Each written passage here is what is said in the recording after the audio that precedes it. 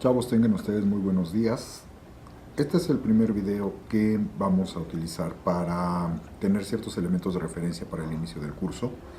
Y solo quiero remarcar, esto es en algo que viene previo a los apuntes que ustedes van a consultar, que el año de 1857, concretamente el 5 de febrero, se dio fin, culminó la reunión del Congreso mexicano para restablecer una constitución y dio como base a la promulgación de la Constitución Política de la República Mexicana, como se le llamó en aquel entonces. Es importante por el hecho de que se convierte en la primera constitución de corte eminentemente liberal y que por supuesto va a marcar el camino a seguir hacia el futuro.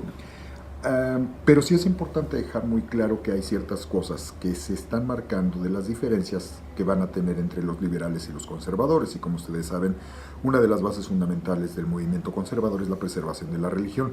Todas las constituciones que habían aparecido en México previamente, desde el año de 1814, pasando por la de 1824, etc., incluso hasta la que se va a intentar promulgar, que nunca funcionó en la realidad práctica por parte de José María Morelos y Pavón y sus sentimientos de la nación, todo lo que ustedes digan y manden, todas esas constituciones sin excepción marcaban que era obligatoria la religión católica cristiana apostólica romana, sin tolerancia a ninguna otra.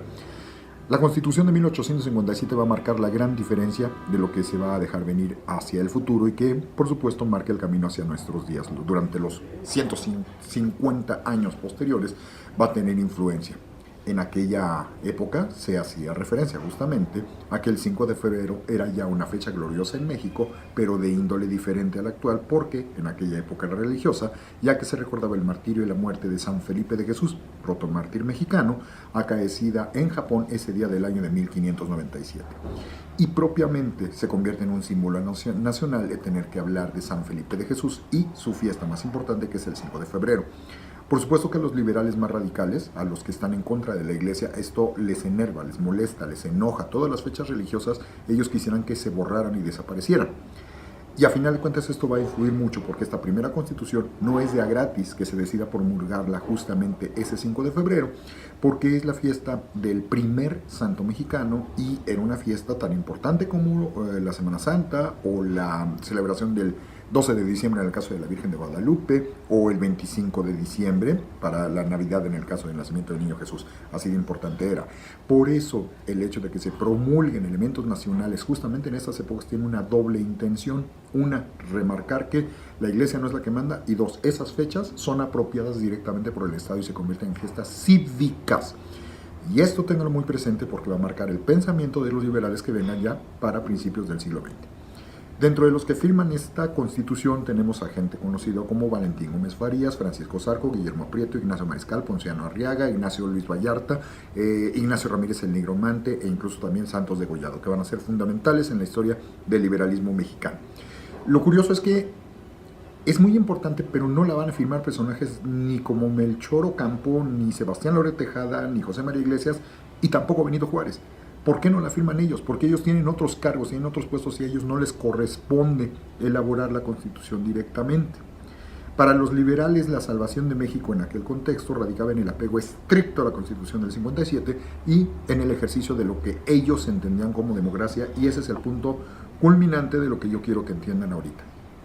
La Constitución del 57 va a ser fundamental para entender la futura Constitución de 1917, y esto lo pueden revisar ustedes en los apuntes referido a los comentarios del historiador, el doctor Pedro Salmerón.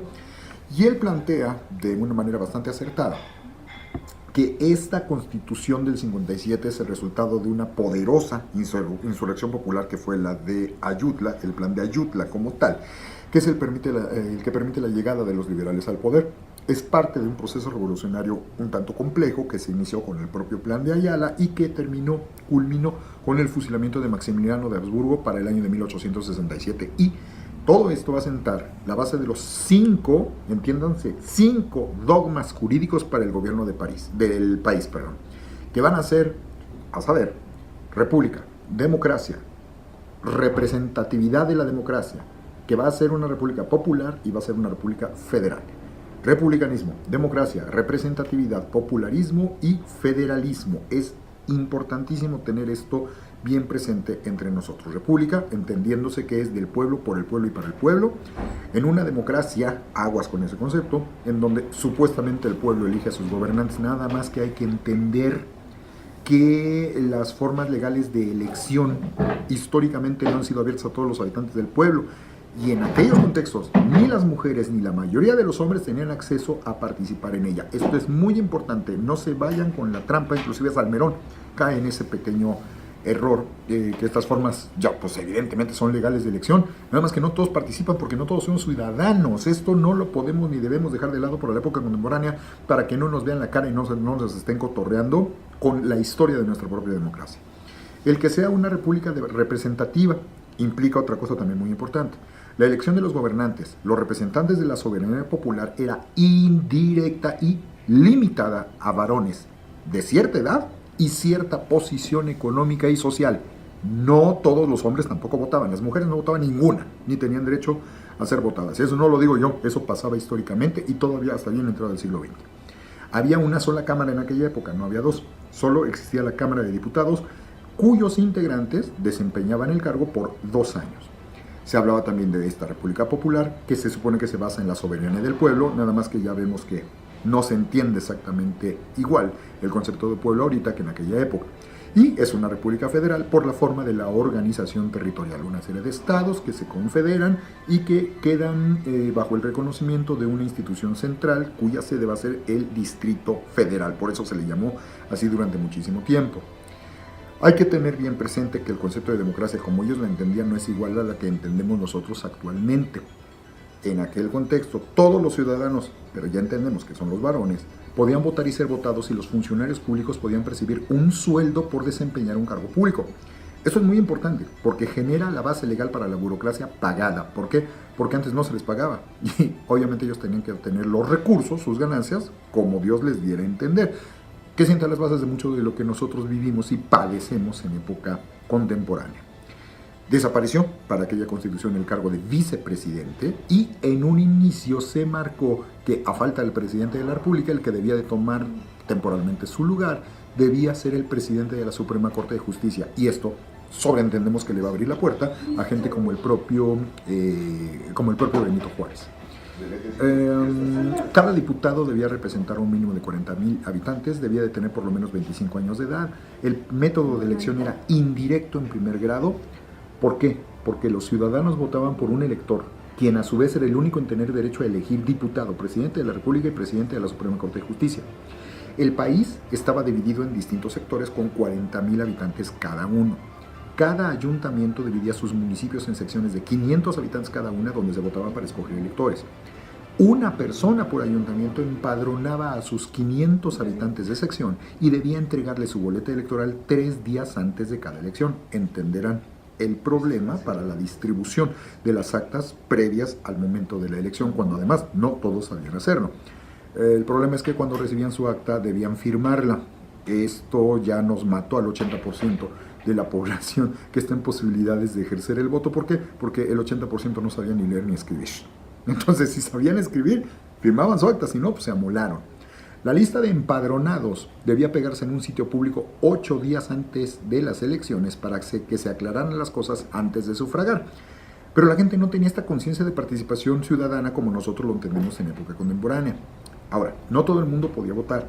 Había gente que expresamente tenía prohibido ejercer el voto. Y estos eran los vagos, los ebrios y la llamada gente de mala fama y o quienes hubieran perdido la nacionalidad. Nada más que quien determina que una persona tiene mala fama. Ahí ya vuelven a ejercerse los problemas, ¿no? Las elecciones se determinaba que debían ser en domingo entre las 9 y las 2 de 9 de la mañana y 2 de la tarde.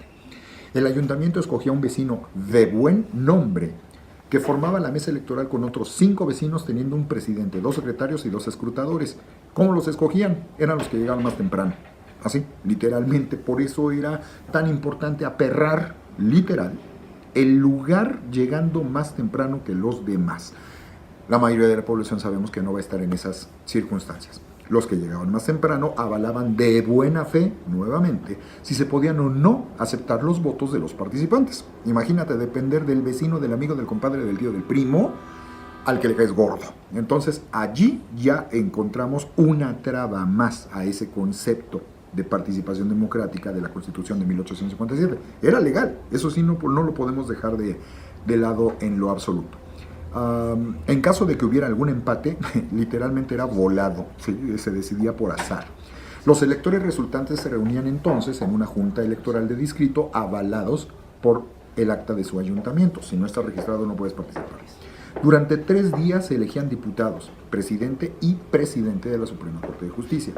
Si no existía una mayoría absoluta, entonces había una segunda vuelta.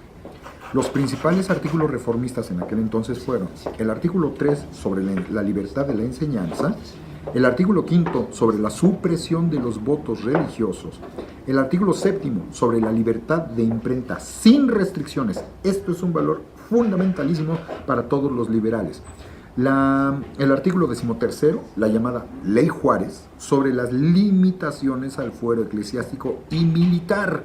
Esto es lo que está terminando con los resabios, con lo que queda de los momentos legales que heredaron el sistema del lado monarquista después de la independencia como tal.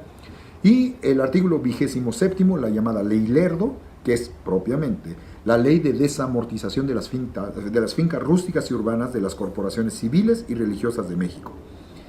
Entenderemos que este artículo es el que más les va a molestar a los representantes de la iglesia, que pertenecen a la nobleza, que están emparentados con los de la milicia, y entenderemos que ahí los grupos conservadores es donde tienen su coto de poder. Y esto es lo que va a desatar la guerra civil que va a venir a continuación. Y finalmente solo hace referencia al artículo 123 o artículo 123, nada más que de la Constitución de 1857, que en aquel entonces hacía referencia a la intervención del poder federal en los actos del culto y de la disciplina externa, es decir, que se hagan los actos religiosos en espacios públicos interfiriendo el tránsito. Por ahí es por donde va a venir el problema, que se va a agravar para cuando se haga la renovación de la Constitución para el año de 1917 y cuando los liberales radicales van a querer que se aplique de manera extrema, que nos va a llevar a un elemento fundamental de nuestra historia, que va a ser el caso de la Guerra de los Cristeros, en donde se va a tratar de aplicar la ley tal y como va, derivada primero de la del 57, después construida para la del 17, que deriva en la construcción del Código Civil, que ese es el que va a querer que se aplique Plutarco y las calles de una manera irrestricta y va a generar todas las problemáticas que se van a dejar venir a futuro en la relación entre la Iglesia y el Estado. Esto es bien importante de considerar si queremos entender qué es lo que va a pasar. Primero con Porfirio Díaz, posteriormente en los regímenes postrevolucionarios y lo que va a pasar ya para el régimen de Carlos Salinas de Gortari. Esto va a ser bien importante y por eso necesito que lo tengan bien presente y bien marcado y no olviden su existencia y tengan esto cada vez que haya que hacer referencia a las cuestiones de la relación entre la Iglesia y el Estado, lo tengan bien presente en los apuntes que vayan a leer a posteriori.